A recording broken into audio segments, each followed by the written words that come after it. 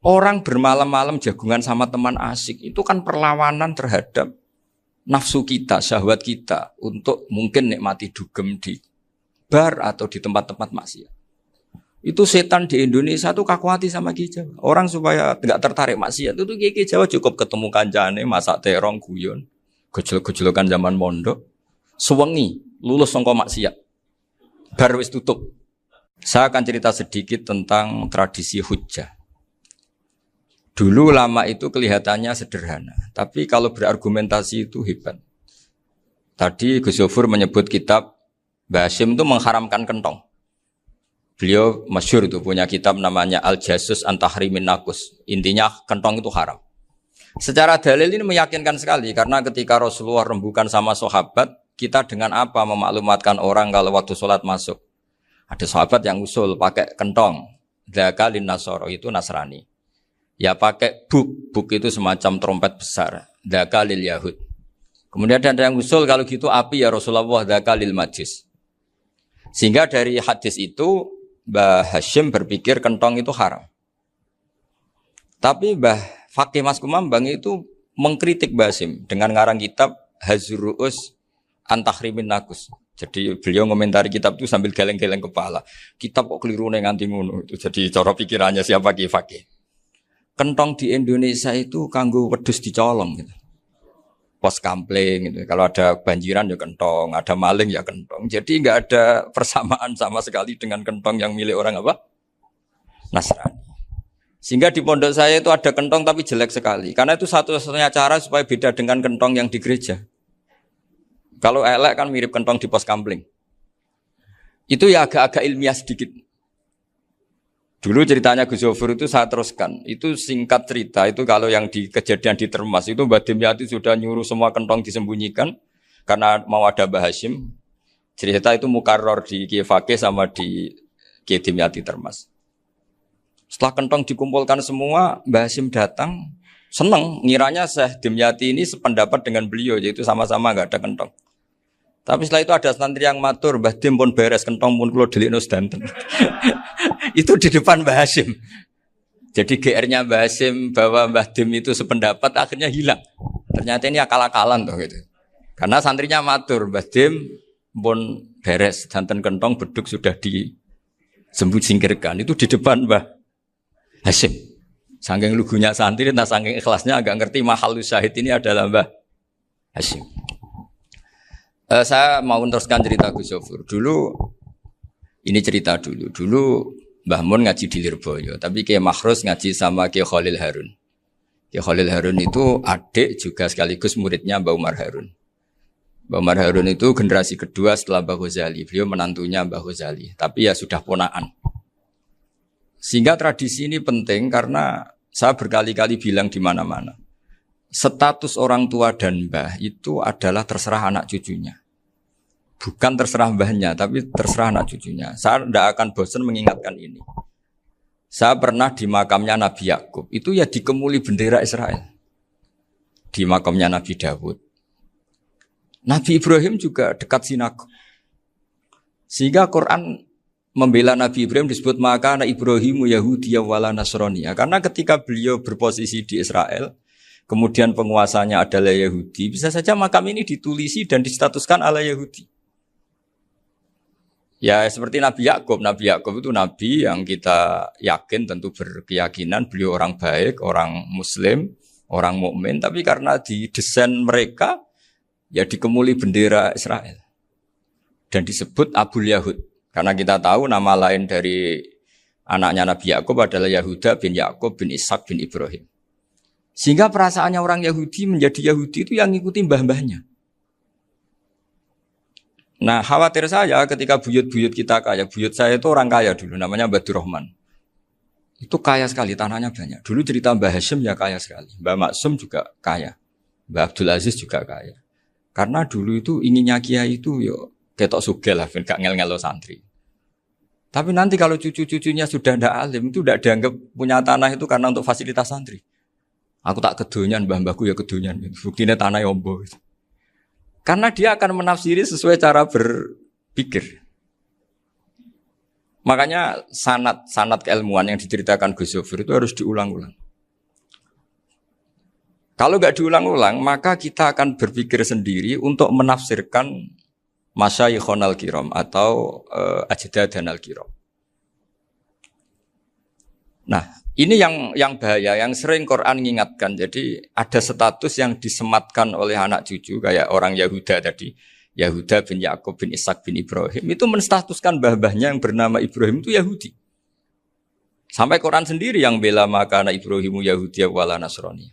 Karena secara geografis sekarang Ibrahim di Israel dan otoritas itu juga milik mereka sehingga mereka bisa masang-masang atribut yang menunjukkan kalau itu Yahudi. Beberapa al-alim al-alamah yang minnah itu sudah wafat dan kadang-kadang zuriyahnya itu tidak kita.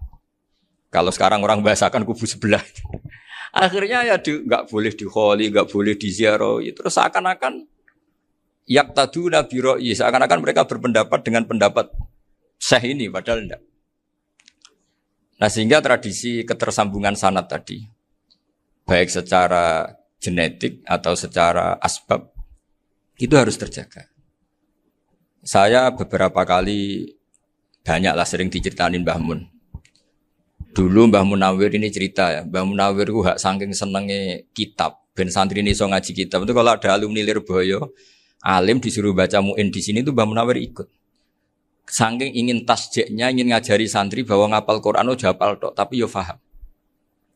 Dan penggalinya Mbah Munawir itu sampai klimaknya dulu Mbah Zaini itu nate nikah sama Nyai Komariah kalau nggak salah, binti Karim, binti Manap. Punya putra Gus Habib, Gus Toha yang diantara putrinya dinikahi Gus Rozin. Terus akhirnya kesampaian juga ketika Mbah Munawir punya mantu alim alama namanya Mbah Ali Maksum, angsal Nyai Hasyimah. Sampai Pondok Kramjak makruf bil ilmi, terutama ilmu sorof dulu karena Mbah Maksum itu komplain, fa'ala ya fulu kok terus fa'lan ya fa'ala ya fulu ya uf'ul gitu kan. Masuk fi'il kok jejer isim gitu. Jadi dulu kata Mbah Mun itu ada persaingan ilmu sorof, sorofnya Mbah Maksum Ali Kuaron sama Mbah Ali Maksum Jogja. Jadi wali antok yang satu Maksum Ali Kuaron, yang satu Ali Maksum. Ya itu dulu saingan ngarang sorop. Nah ini yang menang siapa? Ya terserah duriannya. Kalau duriannya keren ya menang karena terserah yang kampanye. Saya bayangkan adekan Mbah Zubair tidak punya anak sealim Mbah Mun. Mungkin kalau Mbah Zubair juga tidak sewow kalau punya putra Mbah Mun. Karena saya berkali-kali bilang kalau dalam syair Arab itu kama takarroma kadang dilafatkan kama tasyarrafa bi Muhammadin adnanu. Orang berpikir Adnan itu siapa? Itu karena ada Nabi Muhammad SAW. Orang mencari-cari Mbah Mun itu mencari Mbah Zubair karena ada Mbah Mun. Orang mencari Mbah Dahlan karena ada Mbah Zubair. Wong kok alime ngono iku bapake sapa? Wong kok alime ngono iku putune sapa? Tapi kalau kita ini sudah ndak alim, ini orang sudah enggak tertarik nyari-nyari leluhurnya karena dianggap selesai. Jadi yang tanda kutip yang menghabisi mbah-mbahnya itu ya mesti cucunya. Ini mau ngamuk, mau peringatan, tapi ini juga peringatan pada diri saya sendiri. Jadi sehingga zuriyah ini penting. Kenapa para nabi mesti donga zuriyatan thayyibah? Kenapa selalu berpikir tentang zuriyah? Wa ja'alaha kalimatam baqiyatan fi aqibi. Karena zuriyah ini yang nanti bisa menstatuskan leluhurnya. Seperti tadi cerita Mas Maftuh ini tak puji betul. Saya hari ini tidak ingin gojlok. Supaya kewalian saya tidak tergerus oleh kedoliman. Saya pernah diceritain Gus Zofur juga sering baca buku tentang Mbah Maksum. Dulu Mbah Maksum kalau wasiat kembali ya gitu. Kamu harus NU dan harus mempertahankan NU. Tapi tidak dengan cara membenci Muhammadiyah. Dulu Mbah Mun juga sering cerita. Dulu Mbah Hasyim itu ngaji Syekh Mahfud. Nah Mbah Ahmad Dahlan dulu namanya Darwis sering ngaji sama Syekh Khotib Minangkabau. Zaman itu Syekh Khotib sudah modern. Sudah ikut gerakan Abdu, gerakan Almanar. Sehingga bawaannya Mbah Ahmad Dahlan ini agak agresif. Yang Mbah Hasyim karena hanya mulazim di Syekh Mahfud, hanya sesekali ngaji Syekh Khotib, beliau lebih seperti itu. Dan dua beliau ini sama-sama pernah ngaji Mbah Soleh Darat di Semarang. Mbah Hasyim sama Mbah Ahmad Dahlan yang dulu namanya Darwis. Jadi ini masih min muskatin wahidah mimam bain wahid. Sehingga kita tidak kaget ketika Mbah Ali Maksum mengomentari Muhammadiyah itu masih ahli sunnah wal jamaah. Makanya nanti terakhir saya baca kitabnya Mbah Ali dan sering saya pelajari. Andai kan kita ini sepakat dengan ilmu, ya kita tahulah. Kalau Abu Hanifah itu tidak kunut, Imam Syafi'i kunut. Berarti kunut itu mazhabnya Abu Hanifah, bukan mazhabnya Mbah Ahmad Dahlan. Apa ndak kunut itu mazhabnya Abu Hanifah, bukan mazhabnya Mbah Ahmad Dahlan. Kita kunut itu mazhabnya Imam Syafi'i, bukan mazhabnya Mbah Hasyim. Ini semuanya masih dalam bingkai ilmu. Adzan qabla subhi juga riwayatnya jelas. Tidak adzan ya sudah perilaku kita sudah jelas. Dulu Mbah Mun sering didik kita gitu. Saya sering dengar cerita kalau dulu Pak Arif Fakhruddin begitu hormat sama Mbah Ali, apalagi dzuriyahnya Mbah Azhar Basir, karena beliau dulu do ngaji di Termas. Dulu itu enggak ada masalah karena semuanya dianalisis pakai ilmu.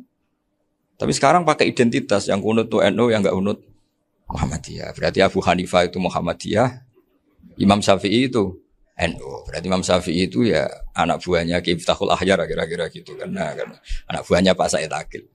Kan terus jadi repot. Dulu kita ini pengagum ilmu, bukan pengagum perbedaan.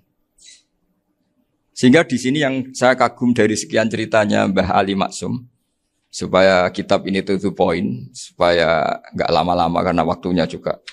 Nanti kalau kemalaman ini kena semprit ini sudah. Ini diantara yang diceritakan Bali itu unik.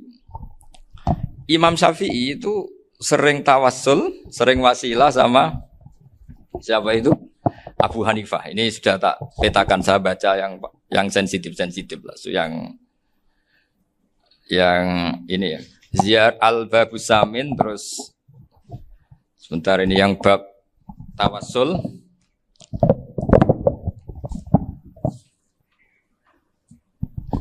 Ini di sini halaman 90, mungkin santri-santri kerap ya bisa ngecek lagi di kitab Hujatul Ahli Sunnah. Ketika cerita tawassul, di antara yang diceritakan Mbah Ali Maksum adalah perilaku ya, bukan sekedar statement tapi apa? Perilaku. Perilakunya Imam Syafi'i atau ahwalnya kalau bahasa halusnya, yang selalu ke makamnya Abu Hanifah untuk tawassul. Padahal Imam Syafi'i itu orang yang secara ilmu sering kritik Abu Hanifah. Jadi ini saya baca ini di halaman 100, jadi tawassul mulai halaman 9 berapa ini? Sampai halaman ini yang Qala sami'tu Syafi'iyya yaqul inni la atabarraku bi Abi Hanifah wa aji'u ila qabri fi kulli yaumin za'iran. Fa idza uridat li hajatun shallaitu rak'atain halaman 100 waji'tu wa sa'altu wa ta'ala al hajat indahu fama tab'udu anni hatta tuqda. Kanal Imam Syafi'i ayyama huwa bi Baghdad yatawassalu bil Imam Abi Hanifah yaji'u ila dorihi fayusallimu alaihi wa yatawassalu ila Allah bihi fi qada'i hajati. Terus wa yatawassalu Imam Ahmad bi Imamina Syafi'i. Jadi di antara yang diceritakan Mbah Ali Maksum itu betapa Imam Syafi'i yang terkenal sering mengkritik Abu Hanifah dalam tatanan fikih karena beliau tidak percaya ada istihsan. Abu Hanifah berpendapat adanya istihsan, dan kita tahu lah ikhtilafu Syafi'i wa Abu Hanifah itu besar sekali. Tapi beliau itu tahu Abu Hanifah itu orang yang sangat soleh. Abu Hanifah itu kalau ketemu sama orang yang utang beliau itu yang lari bukan yang utang Abu Hanifah, karena takut orangnya itu izin. Jadi kalau ketemu yang utang di jalan itu yang sembunyi itu Abu Hanifah. Kenapa engkau sembunyi? Ada yang utang saya lewat, nanti orangnya malu. Jadi setingkat Robi'ah Adawiyah itu beliau di rumah ada maling itu sembunyi. Ditanya kenapa engkau sembunyi? Malu, gak ada yang dimaling. Malu sama malingnya karena serumah itu gak ada barang yang layak dicolong itu. Itu Robi'ah sabda sembunyi. Itu yang bisa niru itu Abu Hanifah. Jadi wali-wali besar ini ternyata saling menghormati dan saling tawassul. Nah saya berharap tawassul ini bukan sekedar perilaku sosial, tapi memang ada sanadnya. Sehingga terus diceritakan Bali di sini dulu istaqa Umar bil Abbas. Kata siapa tawassul harus dengan Rasulullah SAW? Dulu istaqa Umar bil Abbas. Sayyidina Umar itu tawassul istisqa dengan Sayyid Abbas. Padahal kita tahu Sayyid Abbas ini tidak nabi. Terus beliau cerita sampai Imam Syafi'i tawassul sama Abi Hanifah. Sehingga enggak ada perdebatan itu kan Umar. Kalau Umar kan ada jaminan boleh diikuti karena beliau sahabat. Bali cerita tentang Imam Syafi'i yang tawassul dengan Abu Hanifah. Seargumentatif itu. Sehingga ada cerita dalam sebuah tafsir, ya saya ulang lagi, ada cerita di sebuah tafsir, kenapa Nabi Musa ditanya Allah, wa matil kabiyaminika ya Musa. Ma'ana wa ta'ala a'lam, tentu Allah sangat tahu yang di bawah Musa itu apa. Karena Allah tahu Nabi Musa itu grogi.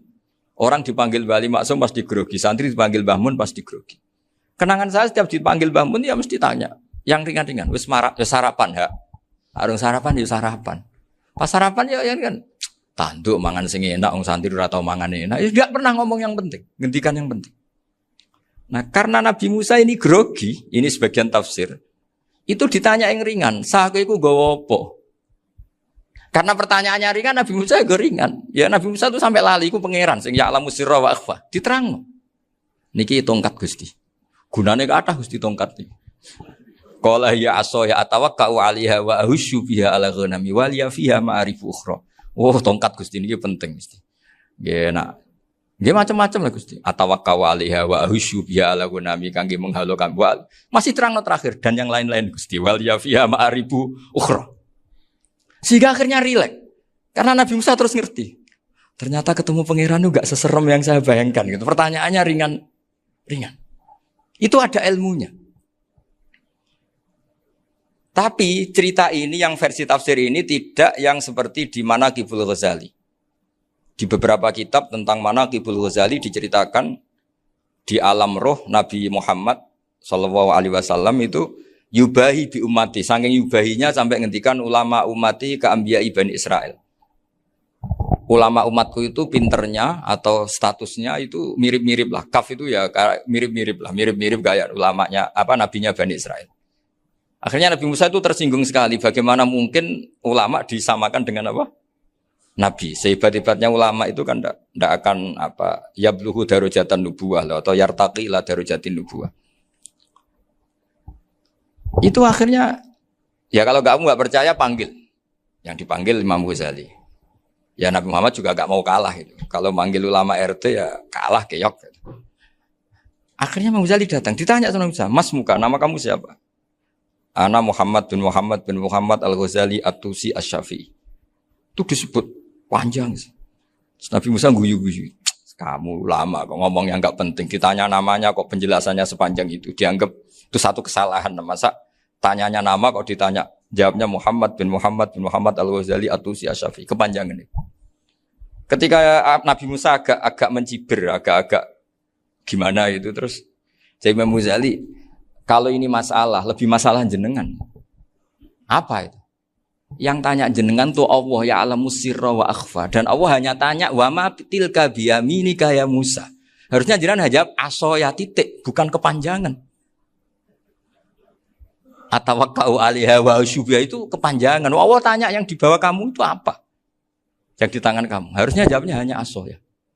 Tapi kenapa penjelasannya sepanjang itu? Sampai terakhir waliya fiha ma'arifu ukhra. Terus pinter tenan jadi gitu. Terus ada Nabi Musa terus bilang, ya pinter tenan aja gitu. Padahal kita tidak pernah GR seperti itu kan, kebetulan Imam Ghazali gitu. Kalau yang lain mungkin ya keok lah kira-kira gitu. Tapi ini cerita dalam khazanah keilmuan. Benar yang dikatakan Gus Zofur. Saya termasuk orang yang pernah mondok Lirboyo Pasanan. Jadi setelah saya disuruh nemani Gus Kamil, tahun berikutnya Gus jenengan disuruh. Pokoknya anakku mbok sak wulan lah kudu tahu mondok Lirboyo. Piye-piye aku tahu ngaji Wakarim. Terus yang disuruh mbaturi Gus Kamil itu saya. Jadi saya pernah 1 bulan tuh di Lirboyo. Karena saya ini santri beling ya, kontraknya pokoknya penting ziarah Bakarim. Biasanya enggak pernah ngaji. Pokoknya gerbar ngisa. Ziarah ya sudah. Ngaji subuh ingat saya sama Gus Imam. Itu dari 17 hari ingat saya ngaji 2 kali. Tapi kalau ziarah ke Bakarim sudah lupa jumlahnya karena memang kontraknya disuruh ziarah. Sampai seperti itu. Dan saking senengnya bangun sama Bakarim saya masih ingat. Ngamplopi salam template itu masih ingat untuk Gus Anwar, untuk Gus Imam, untuk Gus Kafabi, termasuk untuk Gus Maksum. Itu malam-malam saya dijak ngamplopin. Zaman itu saya masih ingat selawewu. Zaman itu kos 1 bulan itu 13.000. Jadi kira-kira kalau 25.000 itu untuk kos 2 bulan. Jadi saya krusnya itu pakai kos. Saya masih ingat Mondok Sarang itu kos 1 bulan 13.000. Berarti kira-kira 500.000 itu di amplopin sendiri sama Bang. Ini untuk Gus War, ini untuk Gus imam ini untuk Gus. Padahal Gus Imam ini mondoknya sudah di Mbah Mun. Itu Mbah Mun hormatnya sampai untuk jatah salam tabligh. Nah yang ribet kebalikannya, kita pulang Gus Imam karena melihat Gus Kamil ini putrane Mbah Mun, Gus Kamil disangoni. Saya juga disangoni karena Gus Imam dulu ngaji juga sama Pak D saya. Sama keluarga saya.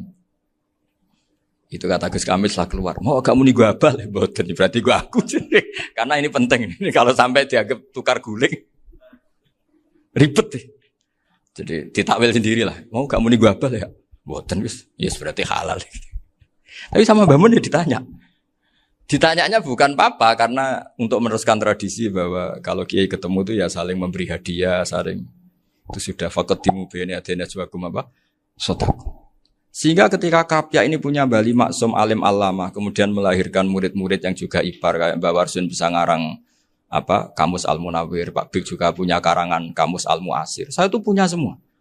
Karena ini adalah buah dari bahwa kita ini tidak kalah sama produk-produk yang di sana. Bahwa produk di kita ini sudah cukup untuk mengantarkan orang menjadi alim alama. Dulu Mbak Zubair ke Mekah ya sudah alim alama. Gus Zufur ke Al-Azhar sudah alim semua. Teman-teman kita ke Mekah itu sudah alim semua. Padahal produk mondoknya ya tadi.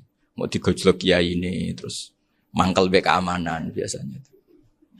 Biasanya musuh besar pondok itu keamanan. Jadi bukan berarti gojlok ibunya Gus Maftuh enggak. Biasanya keamanan itu musuhnya apa? Banyak. Itu tradisi keilmuan itu harus dijaga dengan hujjah dan dengan tadwin, dengan pembukuan. Saya punya sekian cerita ya, misalnya dulu kita mungkin iskal itu janggal. Kenapa sih orang Islam tukaran sama orang Islam? Sehingga di antara doa Nabi yang enggak dikabulkan Allah, enggak boleh dikabulkan sama Allah enggak boleh, bukan berarti enggak mustajab. Redaksinya famana aniha, memang enggak boleh. Redaksinya bukan falam yastajib lahu tapi famana aniha. Di Al-Marrah As-Salisa ini Nabi dilarang, yaitu melarang umat Islam itu jangan sampai tukaran sama umat Islam sendiri. Itu kata Allah, ya tidak bisa kata Allah, kalau itu tidak saya kabulkan. Itu dulu guru-guru kita nyontohkan sederhana. Kira-kira kalau saya tukaran wek Gus Zofuru, Mbah Mun luwih ikhlas dibanding ditukari wong liya. Nak ana kakak ditabuk adik, wong tua luwih ikhlas dibanding ditabuk tangga. Barokahnya membaca kita lebih mentoleransi. Kalau ada Mbah Hashim dikritik Mbah Fakih Mas Kumambang, kita ikhlas itu. Tidak dikritik guru PAUD, itu kan. Atau dikritik orang-orang yang nggak bisa ngaji. Artinya ternyata keliru kita bilang kiai kok tukaran. Justru bagus kiai tukaran. Dibanding kiai dikritik guru PAUD atau dikritik orang-orang yang nggak bisa baca kitab. Akhirnya barokahnya baca kita menjadi tahu. Dulu Mbah Mun sering cerita, ini masih cerita silsilah ya. Jadi Bali Maksum tadi kita tahu di antara guru besarnya Bali Maksum tentu Mbah Mahfud Termas. Beliau adalah adik dari Kiai Mahfud Termas. Mbah Dimyati ini adik Kiai Mahfud Termas. Itu punya saudara namanya Abdur Razak, juga punya saudara namanya Dahlan. Itu yang membawa Thariqah Syadziliyah di Solo Raya. Yang sekarang alhamdulillah diteruskan Gus Wafi. Dulu di antara pesannya Mbah Mun ke saya, hak Wafi kandani kon ziarah ning Mbah Dimyati. Mergo Thariqah Syadziliyah dulu itu yang bawa keluarganya Mbah Dimyati. Jadi semuanya ini masih dzurriyyatan ba'duha min ba'd. Nah pesan saya karena tadi Mbah Munawwir yang termasuk orang pertama yang bawa Quran, bawa qiraah sabah. Kenapa saya bilang termasuk? Karena kalau bilang paling pertama ini nanti butuh data. Dan itu agak kerepotan lah. Tapi yang jelas mimman istahara lah. Mimman istahara yang membawa sabah ke sini itu adalah Mbah Munawwir. Terus beliau ngajarkan diantaranya ke Mbak Arwani, pakai kitab Satibi, pakai kitab Nazmus Satibi. Terus Nazmus Satibi itu diteruskan oleh Mbak Arwani, ditulis. Yang nulis dulu Mbak Dola Salam. Bapak saya itu murid Mbak Dola. Dulu Mbak Dola sebelum ke Mbak Arwani ngaji sama Ki Said di Sampang. Bapak saya sebelum ngaji di Mbak Dola sudah hafal Quran lewat buyut saya sendiri namanya Ki Zubaidi. Yang Ki Zubaidi akhirnya jadi menantunya Mbak Ahmad Su'eb. Jadi buyut saya kandung ini namanya Sofia, itu angsal keluarga Lasem yang adiknya. Sofia ini punya adik Badi'ah yang jadi ibunya Ki Sahal. Terus Ki Sahal punya Mbak Yu namanya Muzayanah, punya di Garwa Ki Mansur punya anak Gus Qayyum. Jadi dulu ibu saya, ibunya Gus Sofur, ibunya Pak Maftu itu semuanya di Lasem. Karena saya dari keluarga Gen ya Lasem, dari keluarga sanad guru ya Lasem. Tapi Lasem Bahdawi itu dulu ngajinya di Mbah Umar Harun di Sarang. Nah, Mbah Umar Harun ini menangi Sayyid Ahmad Zaini Dahlan. Sayyid Zaini Ahmad Zaini Dahlan ini punya cucu keempat yang hidup di Sedan. Terus makamnya di Lasem. Namanya Habib Haidar. Itu yang nulis biografinya Mbah Maksum. Mbah Maksum bukan Bali. Biografinya Mbah Maksum. Itu ditulis oleh Habib Haidar. Namanya Haidar bin Hasan bin Sodaqoh bin Ahmad Zaini Dahlan. Nah, Habib Haidar ini menantunya Sayyid Hamzah Sato. Hamzah Sato itu Hamzah bin Abdullah bin Umar. Itu kakaknya Sayyid Abi Bakar Sato, Sohibul I'anah. Nah, Sayyid Umar ini yang dulu ngajari mbahnya Mbah Mun namanya Ahmad bin Su'aib. Nah, di antara ajarannya adalah baca kitab-kitab kecil yang bisa dihafal. Dibawalah ke sarang jadi metode muhafadzah. Tapi kemudian lama-lama oleh pondok itu jadi syarat kenaikan kelas. Dulu enggak ada muhafadzah untuk kenaikan kelas ya, supaya orang alim itu harus hafal. Lama-lama dipakai syarat untuk muhafadzah. Jadi semua ini sanad harus kita ingat supaya kita bisa menjaga tradisi. Termasuk tradisi ini kiai seneng jagungan, terus ngomong ra penting. Itu juga sanad. Setahu saya Mbah Mun itu kalau ketemu bapak ya guyon terus. Saya punya kenangan tuh yang dulu agak iskal tuh begini. Ada isu lah, entah isu entah hoax entah apa, ada kaji itu agak beling itu, pokoknya beling lah. Seneng siapa itu, rondo lah apa. Pokoknya beling gitu. Ketika Mbah Mun dilaporin tamu kalau kaji itu beling sama rondo itu. Mbah Mun tanyanya lucu. Lho ayu no cum. Wahyu banget, Mbah. Wahyu. Itu bapak juga bakas ayu nih. Dulu saya sekali ini kiai kok bakas wong ayu, bakas budine barang lah kira-kira gitu. Tapi setelah saya tambah alim, tambah ngerti itu kata bapak gini. Ya apik bakas ayu hak timbang iya no malah qadzaf. Ternyata seni. Sekali Mbah Mun atau bapak bilang, "Waji kok zina kaji," maka larinya ke qadzaf. Maka menghindari bahasa menuduh, ngomong yang enggak penting. Lho ayu no. Jadi kiai dulu tuh orang sok suci tapi menghindari hal-hal yang jadi punya seni untuk ngelola kehidupan. Orang bermalam-malam jagungan sama teman asik itu kan perlawanan terhadap nafsu kita, syahwat kita untuk mungkin nikmati dugem di bar atau di tempat-tempat maksiat. Itu setan di Indonesia tuh kakuati sama Ki Jawa. Orang supaya tidak tertarik maksiat itu Ki Jawa cukup ketemu kancane masak terong guyon, gejol-gejolokan zaman mondok, sewengi lulus sangka maksiat. Bar wis tutup. Perlawanannya sederhana, enggak pakai tahajud, enggak pakai wiridan karena Ki Jawa juga koyoke rapati potongan ahli ibadah gitu. Itu jagungan. Jadi setahu saya itu pernah lihat Bali itu sekali ketika beliau ngisi ceramah di Mbah Hamid Bedowi. Saya masih kecil diajak bapak. Dulu kalau bapak ngelihat Bali sama Mbah Hamid itu mesti nangis. Karena dua orang alim bertemu. Yang akhirnya ya bisanan itu. Mbah Hamid punya anak Gus Nasih, di sini ada Mbah Nafisa, terus jadi Mbak Salih Hindun itu. Jadi dulu itu ya guyon terus ketika ketemu. Itu yang sering bodoni Mbah Hamid itu ya Ki Bisri. Ki Bisri itu kalau datang ke Ki Hamid Pasuruan, nak wali tenan aku teko ditatakno mangan. Jadi ukurannya ya. Ternyata sampai sana dikeimangan tenan.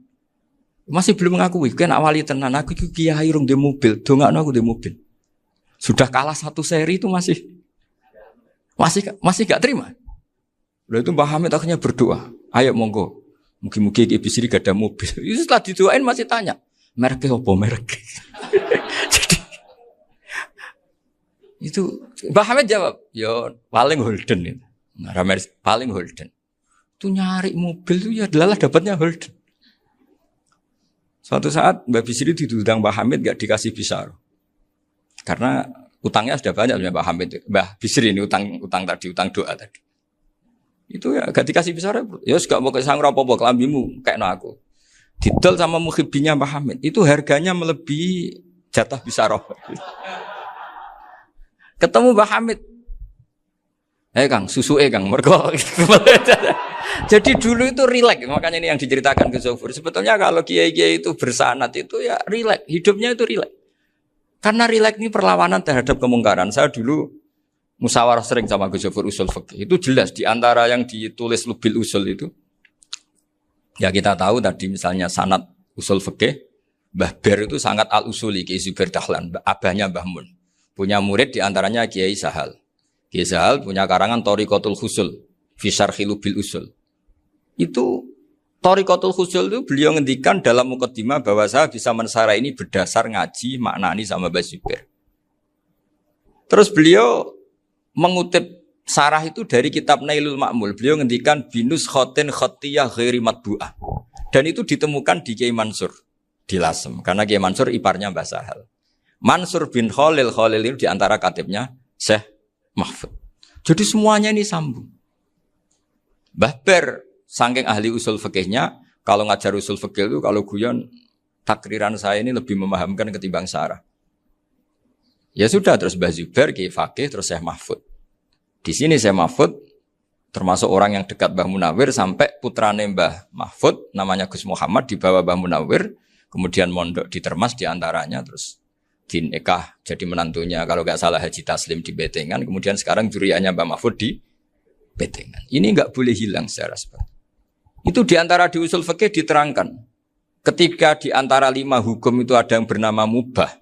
Mubah itu boleh dilakukan, boleh ditinggalkan, dan kalau dilakukan ya tidak berpahala, tidak disiksa. Itu ada ulama yang protes. Protes nggak bisa seperti itu. Ithma min mubahin illa wa tahaqqaqu bihi tarku haramimma. Fa'il zamu minas sukun tarkul qatli wa minas sukut tarkul qadaf.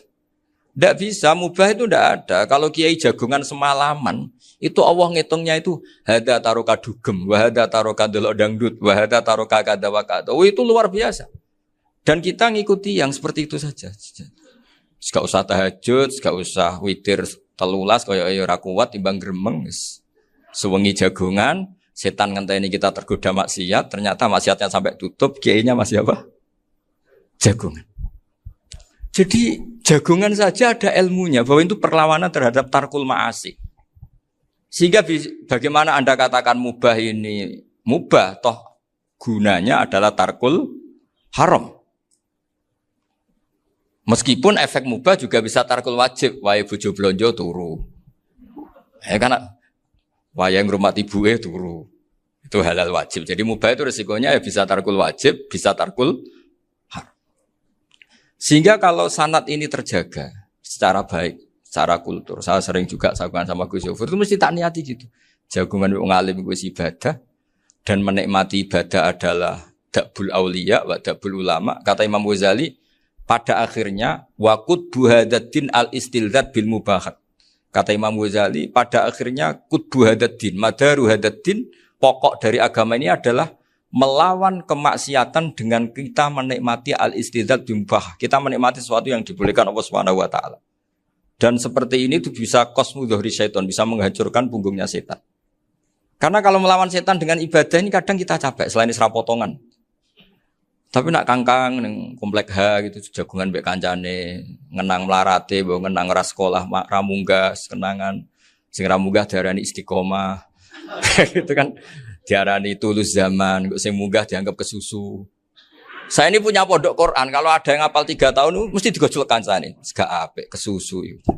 Kesusu itu mesti tidak barokah karena tergesa-gesa apa? Hatam. Sehingga yang enggak hatam-hatam itu kayak partai mayoritas. Ini yang partai tulis zaman katanya. Ahli sobri katanya. Akhirnya di pondok gara-gara itu mau guyon tapi enggak ada stigmasi yang enggak naik.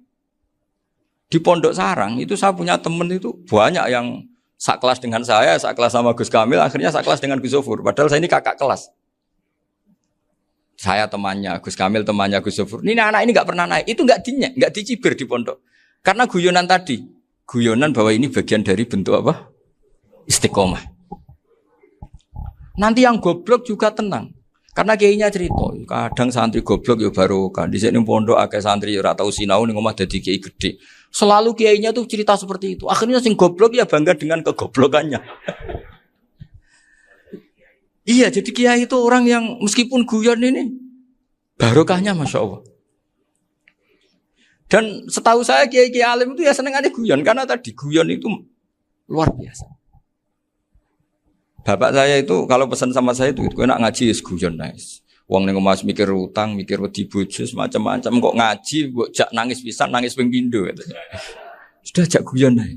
Paling gak lali. Dan beliau punya dalil kul bi fadlillah bi rahmati fa bidzalika falyafrah. Jadi jangan sampai orang ini farah bil maksiat, jangan sampai orang itu Dan ini yang saya kenang dari sekian cerita murid Bali. Mbah Ali Maksum ya senangane guyon. Gojol-gojolkan mbek santri guyon. Ini saya maklumatkan ke semua santri beliau bahwa ini bukan sekedar guyon, tapi al-istildad bil mubahat. Ini adalah perlawanan terhadap setan karena banyak orang bisa senang tuh kalau nunggu maksiat. Ini bisa senang dengan sesuatu yang tidak maksiat. Itu kayak apa hebatnya? Makanya Nabi itu kalau ketemu sahabat ya sering ngendikan yang ringan-ringan. Ya Umar, ma'afalan duher, jom, mana piye ijek. Kalau ketemu anak kecil ya. Nanti ketemu yang tua-tua yang sudah enggak bisa mikir, ya cerita-cerita saya mohon sekali murid-murid kerap ya. Jangan hanya ngaji fikih. Kalau hanya ngaji fikih itu posisi Abu Hanifah itu seakan-akan nyun sewu orang yang sangat tidak ahli hadis. Karena beliau di situ kelihatan kalah sekali dengan Imam Syafi'i. Apalagi di perdebatannya Muhammad bin Hasan Asy-Syaibani dengan Imam Syafi'i itu kelihatan sekali betapa Abu Hanifah itu orang yang nyun sewu ditinggalkan dalam ilmu hadis. Sampai beliau hanya dapat gelar min ulama ahli ra'yi, termasuk ulama yang kuat logikanya. Juga harus baca kitab-kitab seperti ini. Ternyata di balik Imam Syafi'i mukhalif pada beliau di bab-bab fikih, perilakunya sangat hormat. Sampai beliau tuh kalau tawassul ke kuburannya Abu Hanifah. Dan beliau ngendikan an-nasu fil fiqhi iyalun ala Abu Hanifah. Semua orang yang ahli fikih itu masih anak buahnya Abu Hanifah.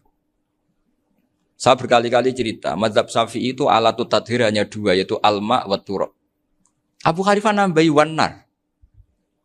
Alasannya Abu Hanifah orang mukmin yang dosanya banyak itu dibakar di neraka dan alasannya Allah litadhirihim untuk mensucikan mereka. Jika pikirannya Abu Hanifah an-nar itu min alatit tadhir. Apa yang terjadi ketika bata itu batu bata yang dibakar di situ campur teletong campur apa-apa itu kalau sudah hormat Abu Hanifah selesai sudah suci karena sudah ngelewatin pembakaran. Meskipun kita tidak akan kalau kehilangan air terus wudu dengan api bisa bunyak semua itu. Tapi apapun itu menjadi solusi. Sehingga saya punya kitab namanya Ikhtilafu Malik Ikhtilafu Malik wa Abu Hanifah atau Ikhtilafu Syafi'i ma Abu Hanifah. Itu kelihatan sekali kalau Abu Hanifah itu nyuruh posisinya kalah. Karena yang ngarang orang-orang Syafi'i. Tapi kalau melihat kitab-kitab kewalian, misalnya di kitab Mizan Kubro ini juga sering disebut kisah itu Mbah Ali Maksum tentang Imam Sa'roni. Berkali-kali beliau mengutip Mizan Kubro.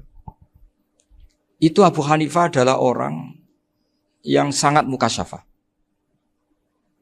Artinya ketika Nabi cerita air wudu itu menjatuhkan dosa, tidak ada air wudu yang jatuh ke kamu kecuali saat itu juga dosa kamu jatuh. Itu beliau datang ke Madharota Kufah. Kemudian beliau bilang sama si orang tua tadi, tub anizina. Orangnya terus bilang atubu minazina. Ada lagi pemuda datang dibilangin tub an ukuki walideka. Terus bilang tub tu an ukuki walidaya. Sampai yang terakhir ada tub an simai alatilahwi atau an samai alatilahwi. Terus tub tu an samai. Ketika orang itu ditanya, kenapa engkau begitu tahu dosanya apa? Saya tahu air wudhu ini menjatuhkan apa. Jadi kira-kira kalau zina mungkin ya batang babi lah. Kalau hanya sekedar melihat bak-bak mungkin ya curut atau tikus lah kira-kira gitu. Nah dulu sediluk ya mungkin ya tikusnya cilik gitu. Nah dulu suwi ya tikus werok itu atau apalah. Pokoknya beliau itu tahu. Tapi anehnya Abu Hanifah apa? Setelah itu dia nangis minta mukasafahnya ditutup. Ya Allah saya ini mukasafah kok malah menjadi tahu sawatil mukmin. Padahal aturan syariat jenengan man satara musliman satarahu bahwa enggak baik melihat jeleknya orang mukmin. Minta ditutup. Makanya saya ini bangga ada mukasafah. Makom yang kita sampai sekarang tuh makom setelah Abu Hanifah mukasafah. Jadi Abu Hanifah repot-repot mukasafah, minta makomnya ditutup tidak menjadi mukasafah. Dan alhamdulillah kita sudah tidak mukasafah sebelum minta ditutup. Jadi kita ini keren. Keren karena aturannya itu man satara musliman satara huwa, yang tidak tahu aibnya orang muslim maka Allah akan nutupi aibnya di akhirat. Dan kita alhamdulillah barokahnya tidak mukasafah, tidak ngerti aibnya orang mukmin. Jadi kita harus pakai patokan ilmu.